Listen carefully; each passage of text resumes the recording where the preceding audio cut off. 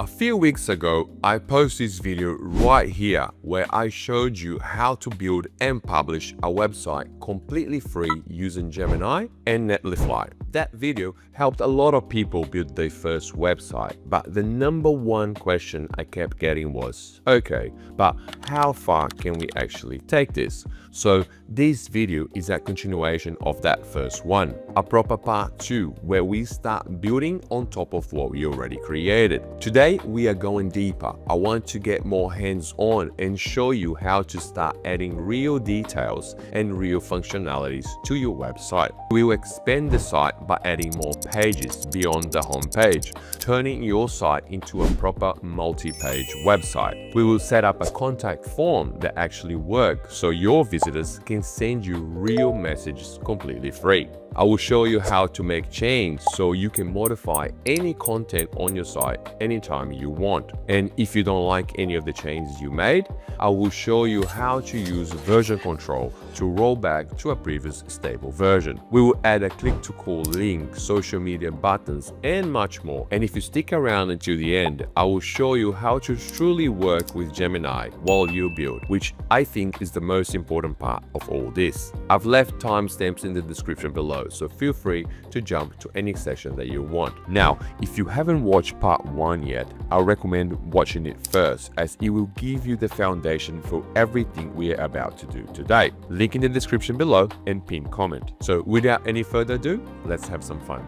Right now, this website is basically just a home page. So the first thing we will do here is add more pages to it, starting with an about page. So here's the prompt I'm going to use. Create a dedicated about page for this website by implementing a state-based routing system. Include a short introduction about the gym, its mission and values. Match the existing design and add it to the navigation menu. I'll click submit and let Gemini do its thing.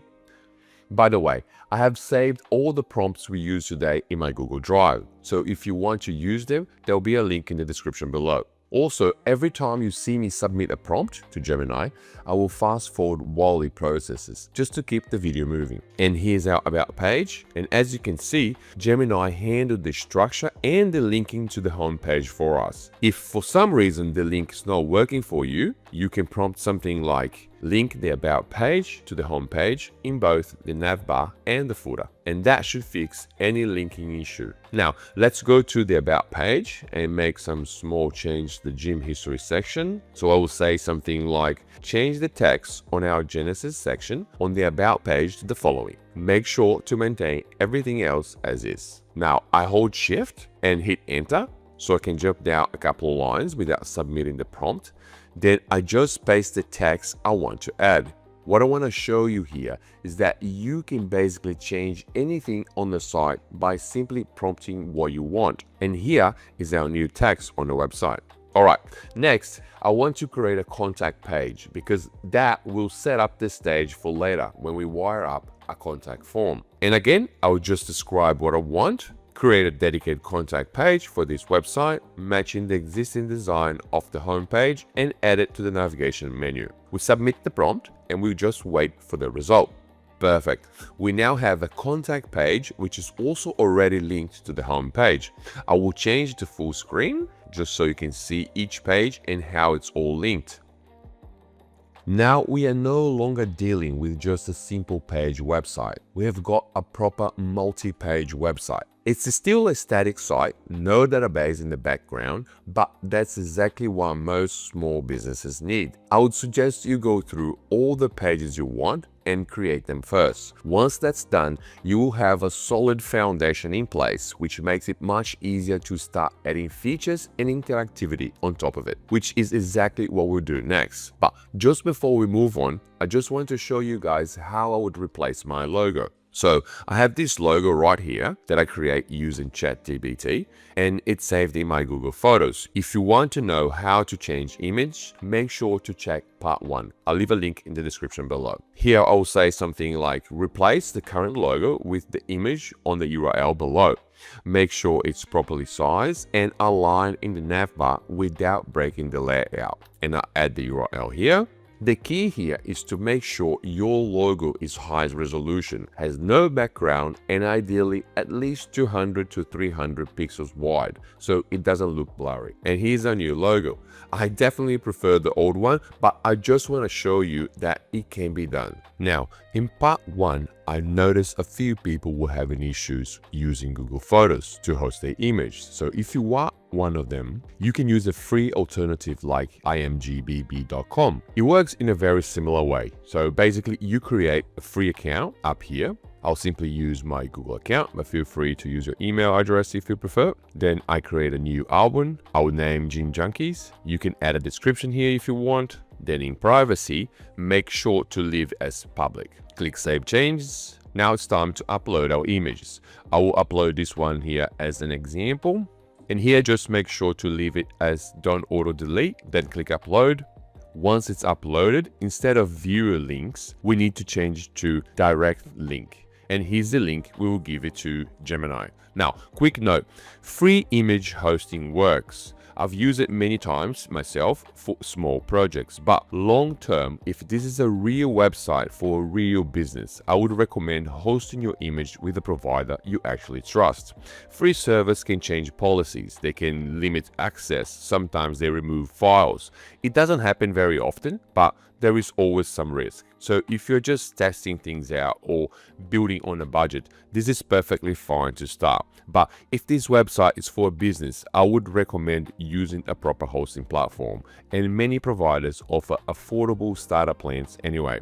I'll leave links in the description below for some of the platforms I would recommend, and you can decide what makes the most sense for you. Now, let's add some features to our website, starting by connecting a contact form. In my case, Gemini already created a contact form when I created the contact page, but if that's not the case for you, you could simply prompt something like add a contact form to the contact page with the following fields: name, email, and message. Style it consistently with the rest of the website. And you can basically add as many fields as you want here, depending on what you're trying to do. Right now, this contact form looks really good, but it doesn't actually send emails yet. If I deploy my site like this, people could fill out the form and even submit it, but nothing would actually happen behind the scenes.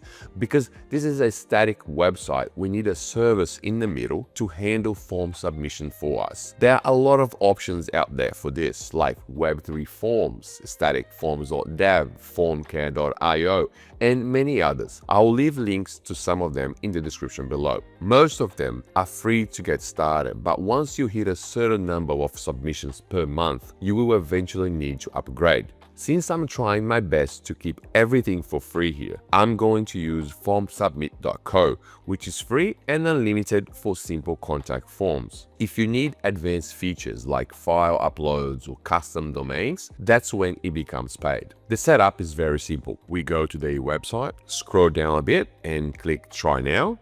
Here, we need to enter the email address where we want message sent to. In my case, I just use a temporary email from tempmail.org, which basically gives me a disposable email address. It's very helpful for testing when you don't want to use your personal email. But for your website, make sure to use the email address where you actually want to receive the message. I will copy my email, go back to formsubmit.co and paste it here. Then we will need to submit this form once with some test data, and you'll see why in a second. I click submit, then we go to our inbox and here's our email, which contains this random string.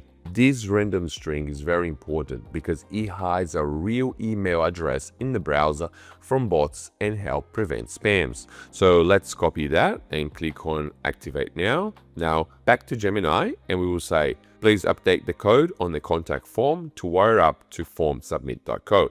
And here we'll replace that with our random string. Here we are adding a honeypot field, which is basically an extra input field in the form that humans can't see, but bots can.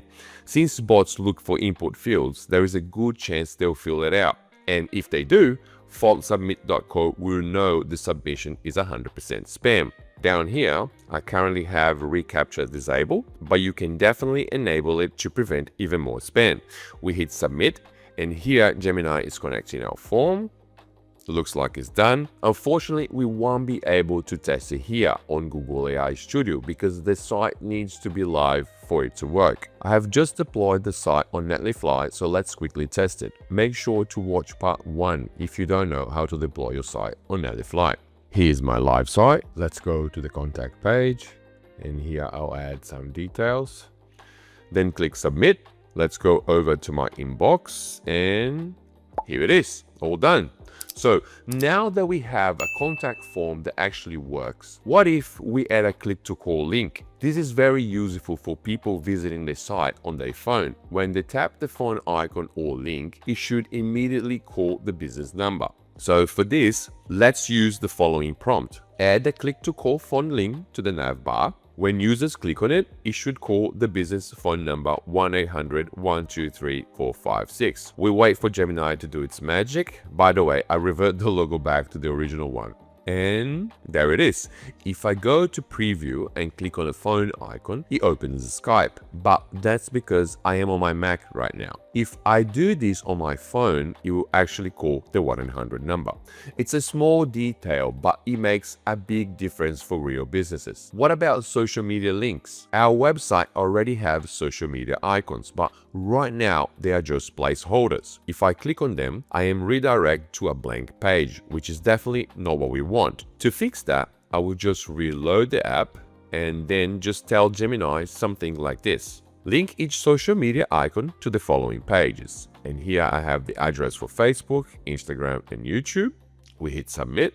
By the way, I just made up all these links here. And looks like we are done. Now, when visitors click on any of these icons, they are taken straight to the business social media platforms. And funny enough, there is already an Instagram page called Gym Junkies. This was not part of the plan. Anyway, I hope you got the idea. Again, small detail, but it makes the site feel more professional. What if something goes wrong while you are building your site with Gemini? Maybe a change breaks the layout, maybe the page goes completely blank, or maybe Gemini did exactly what you asked, but it's just not what you wanted. Trust me, this will happen. So in this section, I want to show you how you can fix problems like that and recover from mistakes using version control.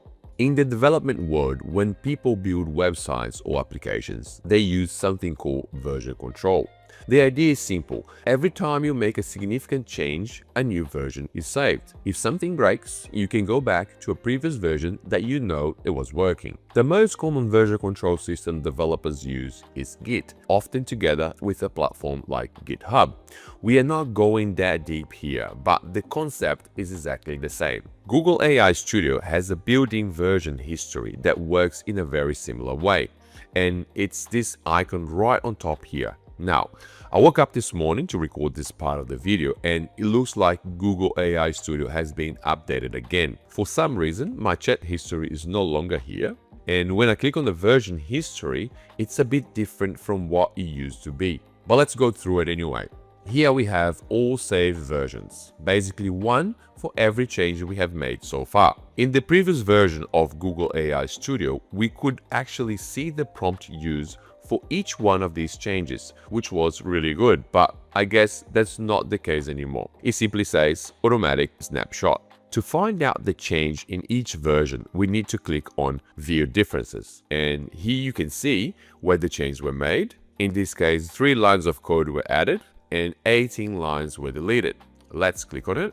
Here we have a snapshot of the code with the changes we made, and on the right, the code before the changes. If we scroll down a bit, we can actually see highlighted in red the lines added to the code. Even if you don't know how to code, you can still have an idea of what the change was. In my case here, it was when we add the social media icons. Let's try another version. I'll close this and check this one. So 20 lines deleted, and it looks like it was the phone link we add to the navbar. Let's scroll down a bit, and here we can confirm what the change was. I know it's not perfect if you don't know how to code, but it's also not very hard to identify what the change was. So if you ever reach a point where the page goes blank, the site stops loading, or you simply don't like the result, you don't need to panic or try to manually fix it. Instead, you can open the version history, select the version you know was working, and click Restore Version. And just like that, you will be back to a stable site. What I recommend is every time you make a change to your site, make sure to keep it small and focused. Instead of asking Gemini to change 10 things at once, do one change per prompt. That way, each version represents a single change, and if you don't like it, you can simply roll back. Before we wrap this up, I want to talk about what I think is the most important part of this entire process. And that's how you think about Gemini while you're building your website. A lot of people treat Gemini inside Google AI Studio like a code editor. They think they need the perfect prompt, the perfect idea, and the perfect instructions. And that's not how I use it. The real power of Gemini is that you can go back and forth with it, almost like having a technical co-pilot sitting right next to you. You can ask questions, ask advice, ask what's possible and what's not. All this while you are building your site. And if you're ever unsure about something, you don't need to guess. You can just ask Gemini. You can simply say things like, don't make any changes yet. Just explain to me what's the best approach is if I want to create this. Gemini will usually give you options, and then you decide what fits your goals. You don't need to have everything figured out before you start. You can start with an idea, talk it through, adjust it, and improve it step by step. And that's the key here. When you combine that with version history and the ability to roll back changes, it removes a lot of the pressure. Just remember, you are not locked into anything. You can explore, you can test, and refine as you go. And that's the mindset I hope you take away from this video. Alright, so I really hope you guys got a lot of value out of this video. My goal with these two videos about building websites with Gemini was never just to show you how to build one website. It was more about opening your mind to what's actually possible with AI. The examples we covered here, adding pages, social media icons, contact forms, the possibilities depend a lot on you, on your imagination, on how clear your goals are, and honestly, on how good your questions are. If you know what you're trying to achieve and you ask the right question, AI becomes an incredibly powerful tool to help you get there.